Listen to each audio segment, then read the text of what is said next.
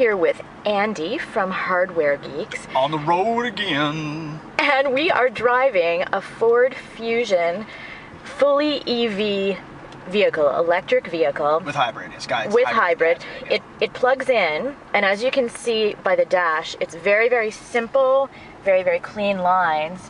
And if I stop talking, it's incredibly quiet. Andy, what's the first thing you notice driving? So, if you have not driven a hybrid or electric car before, the first thing you're going to notice is when you're driving, it almost sounds like you aren't. And if you don't think about it, it feels like you aren't either. It's kind of coasting and gliding.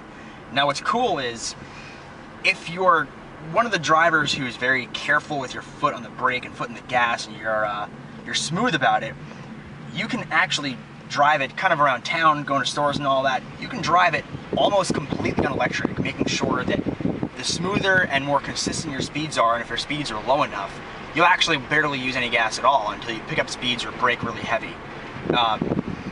So if you're the kind of driver who doesn't do a lot of highway driving, does a lot of stuff in town, does a lot of driving in town, does a lot of nothing too crazy, then a hybrid car or even an all-electric is something you should definitely consider.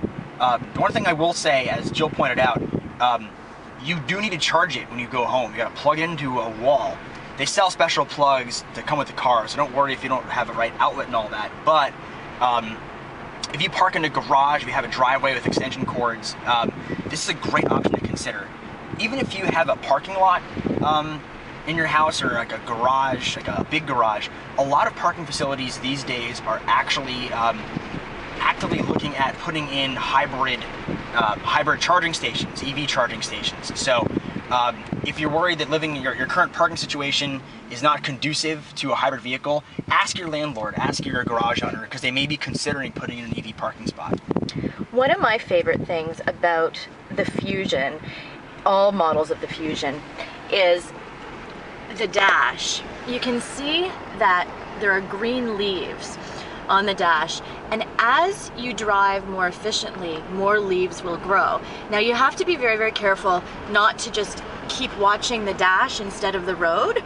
But if you aren't driving efficiently, the leaves will disappear. So it's a wonderful feedback system for you to make you a better driver.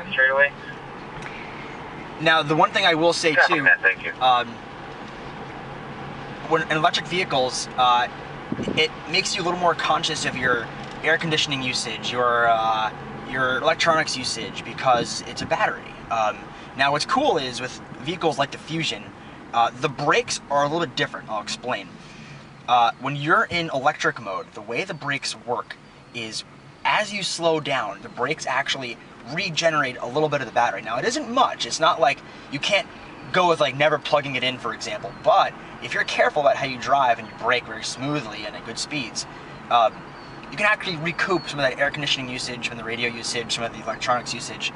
These systems don't really have that big of a rundown on the battery, but there's all kinds of cool meters and information. There's actually what Ford does, which is really neat, is they have a mobile app which you can download to your iPhone. I'm pretty sure it's on Android as well. You can download it to your phone, and it tracks your usage. It tracks how well and how efficient you're driving. If you're using a lot of air conditioning, it tells you. If you need to charge more frequently, it tells you. It tracks your trips. It tracks your last charge. One thing that I really like about the Ford app in particular, it tells you where the nearest charging stations are. That's something you got to consider as well. Not every conventional gas station is going to have a charging station in it. So the mobile app, if you're out and about, say you're at the restaurant, say you're not really paying attention, you can check from your phone where the nearest charging station is, and from your phone, beam it to your car so that when you get in and you need to go charge up, you can actually put it in the nav and it'll get there for you. Really cool feature, and it's something that you think a lot of hybrid car manufacturers would have done already, but actually Ford is one of the leaders when it comes to hybrid car accessibility, information, mobile apps. Their mobile app is extremely well done, provides a lot of information, and it teaches you a lot about your driving style. The other amazing thing about Ford and their mobile app and the energy usage that they've developed is that they actually have a system whereby in your home, your car will charge overnight when rates for energy are less than during the day. Now, they've actually worked with a number of other brands like Whirlpool to allow this technology to be housed in your fridge, for instance, and your dishwasher, so that you're saving almost 55% every month on your energy bill, both for your car as well as your household appliances. Yeah, what you'll want to do if you're considering a hybrid vehicle, Control, this is almost CD43 every entering low speed. energy provider, many of them around America, are CD43, can you switch over to either channel 1 please for low speed? or are already installing something called a smart meter. Sorry about And that. what smart meters do is they can No problem. actually change the cost of energy and electricity throughout the day to your home. So for example, the cost of electricity, say at 2 o'clock in the afternoon when it's at its warmest in the day, is more expensive.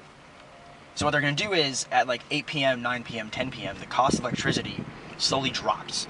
And what Ford has done, which I think is a fantastic idea, is they've got a system so that when you plug in your hybrid into your car, Ford has a little database that beams to your car that finds your zip code and says, okay, this guy is in California. For his zip code, energy is cheapest at 11 p.m. So we're not going to start charging his car until 11 p.m. And then when it kicks up back to, you know, more expensive, it actually stops. Now these generally fully charge in a couple of hours, so you should be covered if you plug it in at 11 p.m. and charge. Oh, we got a loud walkie-talkie. And you should be fully charged by the time you wake up with very cheap energy. What Ford has done in their partnerships, which I think is a fascinating and great move, is they're making sure that things like your fridge, other big electronics that take electricity, are doing similar major energy draws at nighttime when it's the cheapest. You know, one of the examples that Ford gave us was defrosting your fridge or making ice cubes, two very energy-intensive things. The fridges are now smart enough that they could also do those at, like, you know, midnight, 12, 1 o'clock when energy is very cheap, rather than at 2 p.m. when it's very expensive. So not only are they working on making it cheap to charge your car, but they're actually helping you reduce energy costs throughout your home, which when you think about it, a car company helping push that kind of change for your entire home is just great. And one more thing about the smart meters, if you don't have one and you want to inquire about it, many of the top energy companies are now doing that, so please inquire if you don't have one yet. It's a great system, and it can save you a lot of money too.